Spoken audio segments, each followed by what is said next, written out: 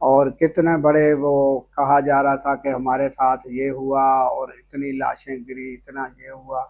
تو وہ سارا کچھ انہوں نے نہ کوئی بیان کیا نہ، اور وہ مقدمہ ہی خارج ہو۔ تو یہ تازہ ترین صورتحال ہے پی ٹی آئی کی۔ تو ناظرین اب آ جاتے ہیں کہ سعودی عرب اور یمن کا مسئلہ، اور جو حوثی ہیں وہ، ناظرین آپ کو تھوڑا سا ہم پیچھے لے کر جاتے ہیں کہ جب روحانی پیشوا آیت اللہ علی خامنہئی کا جنازہ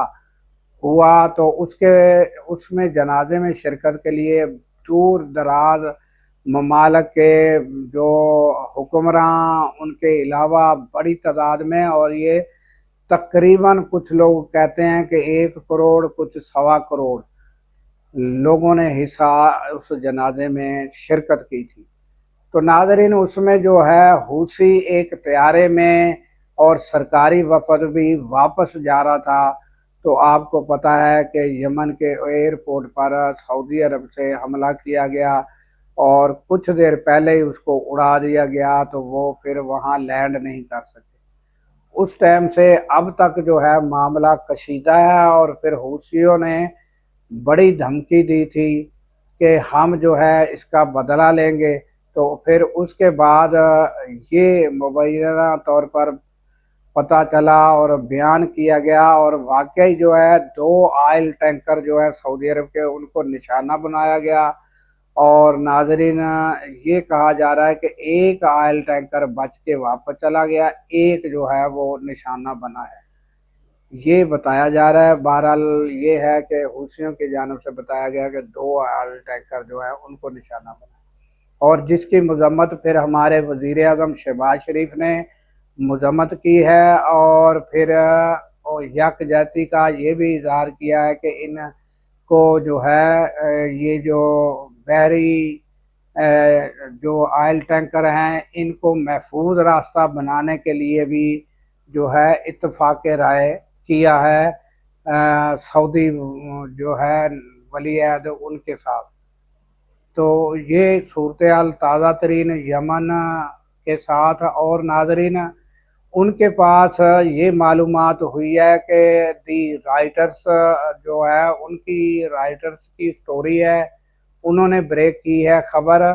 کہ کوئی گزشتہ ماہ ان کے پاس ڈرونز اور جو اپنا میزائل ہیں وہ پہنچ چکے ہیں، اور وہ کچھ ذرائع کہتے ہیں کہ اسلامی انقلاب کے جو کمانڈوز وغیرہ ہیں ان کے ذریعے اور دیگر ذرائع سے جو ہے وہ جو ہے یہ ڈرونز کافی تعداد میں اور میزائل پہنچ چکے ہیں۔ تو یہ ان کی تیاری، اور ناظرین ہم نے بتایا تھا کہ جغرافیائی حساب سے بھی جو حوثی ہیں یا یمن ہے وہ اس پوزیشن میں ہے کہ حوثی جو ہیں وہ جو ہے وہ ان کی ناکہ بندی کر سکتے ہیں۔ جغرافیائی حساب سے اگر آپ سچویشن دیکھیں تو وہ آپ نے ہرمس میں جس طرح ایران نے جو قبضہ کر رکھا ہے، اس طرح حوثی بھی جو ہے وہ جو ہے بندر عباس اور دیگر جہاں سے جہاز، بحری جہاز سعودیہ کے جو ہے وہ گزرتے ہیں، ان کی ناکہ بندی وہ کر سکتے ہیں، کیونکہ وہ ان کے پاس یہ سچویشن موجود ہے۔ یہ ہم نے گزشتہ دنوں آپ کو یہ تھوڑا سا ڈیٹیل کے ساتھ بتایا تھا، اگر آپ نے وہ ویڈیو نہیں سنی تو وہ آپ سن سکتے ہیں۔ تو یہ صورتحال ناظرین، اور ادھر ڈونلڈ ٹرمپ جو ہے وہ شدید غصے میں ہیں، انہوں نے کہا کہ اب ہم ایک نئی تیاری کے ساتھ بھرپور حملے جو ہیں ایران پر جلد کریں گے، مگر اب انہوں نے کہا ہے کہ اس کا اب تک فیصلہ نہیں کیا، اور ہم حملے جو ہیں وہ بڑے پیمانے پر حملے ہوں گے اور بڑی شدت کے ساتھ حملے ہوں گے۔ اور پھر دوسرا انہوں نے کہا کہ اگر میں اسرائیل کو کہوں تو 2 منٹ میں وہ حملے شروع کر دے، مگر مجھے فی الحال ان کی اور کسی کی ضرورت نہیں، میں خود ہی، وہ کہتے ہیں کہ میں اکیلا ہی کافی ہوں۔ تو وہ انہوں نے کہا کہ میں اکیلا ہی کافی ہوں، اور میں یہ جلد جو ہے یہ فیصلہ کروں گا۔ یہ صورتحال ہے ناظرین، اور ایران جو ہے اس کی صورتحال یہ ہے کہ ہم نے آپ کو گزشتہ دنوں بھی بتایا تھا کہ ناظرین کئی بار یہ ہوتا ہے کہ ساز و سامان جو ہے وہ آپ نے اسلام کی جو جنگیں ہیں اگر وہ آپ نے پڑھی ہیں، تاریخ سے واقف ہیں، تو ہمیشہ آپ نے دیکھا کہ مسلمانوں کی تعداد کم کے باوجود اللہ تعالیٰ نے مسلمانوں کو فتح دی۔ تو وہ وجہ کیا ہوتی ہے ناظرین کہ صرف جنگی ساز و سامان ہی ضروری نہیں ہوتا، اس کے ساتھ جذبہ ایمانی کا ہونا لازمی ہے۔ جنگیں جیتنے کے لیے ایک اسٹریٹجی اور ایک جذبہ ایمانی یہ ضروری ہے،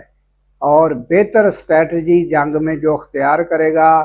فتح وہ پائے گا، اور جس کے ساتھ جذبہ ایمانی بھی ہوگا۔ تو یہ دونوں چیزیں جو ہیں یہ ایران کے پاس موجود ہیں۔ اسٹریٹجی کے حوالے سے ہم اگر آپ کو بتائیں تو وہ کوشش کر رہا ہے کہ اس کو جنگی حساب سے بھی زیادہ مالی نقصان جو ہے وہ ڈونلڈ ٹرمپ یا امریکہ کو پہنچانے کی کوشش میں ہے کہ یہ زیادہ سے زیادہ ان کا نقصان جو ہے مالی طور پر جو نقصان ہے ان کا ہے، وہ اس طرح اسٹریٹجی اپنائے ہوئے ہے، اور اپنی طرف سے جو ہے وہ کم خرچ تو بالا نشی، تو وہ کم خرچ کے ساتھ ان کے اوپر حملے کرنے کی کوشش کر رہا ہے، اور زیادہ شدت کے ساتھ بھی نہیں، وہ طاق کے نشانے جو ہے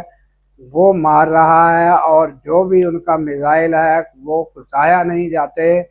کم ضائع جاتے ہیں، زیادہ تر جو ہے نشانے پر جاتے ہیں۔ اب امریکہ کو یہ بھی شک ہے کہ شاید روس جو ہے وہ ان کی مدد کر رہا ہے، یا روس کی جانب جو ہے وہ ان کی نشاندہی اور ان کو جو ہے ساری مدد جو ہے وہ کر رہا ہے، یہ بھی امریکہ کو شک ہے ناظرین۔ تو یہ ناظرین تازہ ترین خطے کی صورتحال ہے، اور اب جو ہے سعودی عرب کے ساتھ بھی باقاعدہ جو ہے حوثیوں کا جو ہے معاملہ وہ خراب ہو گیا، اور حوثیوں نے آئندہ کے لیے جو ہے وہ ایک دھمکی دی ہے، وہ یہ ناظرین کہ ان کی ایک آئل جو ہے وہ سمجھو کہ بہت بڑی آئل ریفائنری جو پیٹرول سپلائی کرنے والی ارامکو ناظرین، یہ ارامکو جو ہے یہ بہت بڑی سمجھو تیل سپلائی اور ریفائن کرنے کی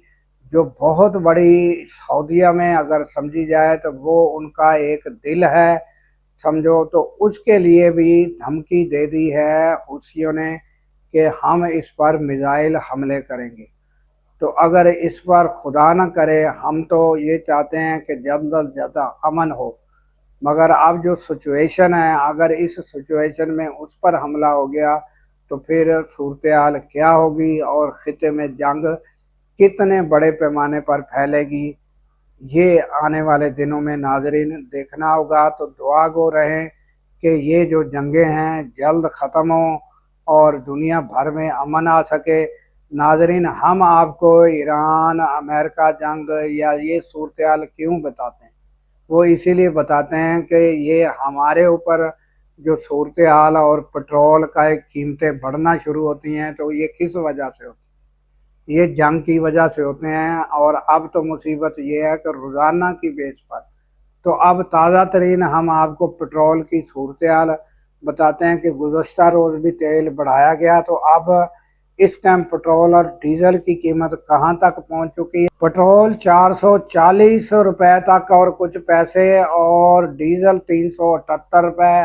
اور شاید 66 پیسے اس طرح کر کے پہنچ گیا ناظرین۔ تو یہ پٹرول اور ڈیزل کی آج کی یہ ہم سمجھے بتا رہے ہیں، اور یہ جس ٹائم یہ ویڈیو میں ریکارڈ کر رہا ہوں تو اس کے بعد پھر جو رات آئے گی 11 بجے تو پھر دوبارہ پھر شروع، یعنی کہ روز کے بیس پر پٹرول جو ہے بڑھا کرے گا یا کم، اور جب کم ہوتا ہے تو 1-2 روپے کم، اور بڑھتا ہے تو 6-7 روپے بڑھتا ہے۔ تو یہ عوام کے لیے یہ مشکلات، اور اسی وجہ سے ہم یہ خبروں سے آپ کو باخبر کرتے ہیں کہ یہ ایران امریکہ جنگ ہی نہیں، یہ دنیا بھر میں مصیبت کا پیش خیمہ ہے، اور اسی لیے ہم اس سے آگاہی آپ کو دیتے ہیں ناظرین۔ تو دعاؤں میں یاد رکھیں ناظرین، اور ہمیں دیجیے اجازت اس دعا کے ساتھ کہ اللہ تعالیٰ پاکستان کی خیر فرمائے، پاکستان کی سرحدوں کی خیر فرمائے، اور سرحدوں پر معمور ہمارے جوانوں کو اللہ تعالیٰ شاد و آباد رکھے، کیونکہ ناظرین جب ہم راتوں کو سو رہے ہوتے ہیں وہ سرحدوں پر جاگ رہے ہوتے ہیں۔ اللہ حافظ۔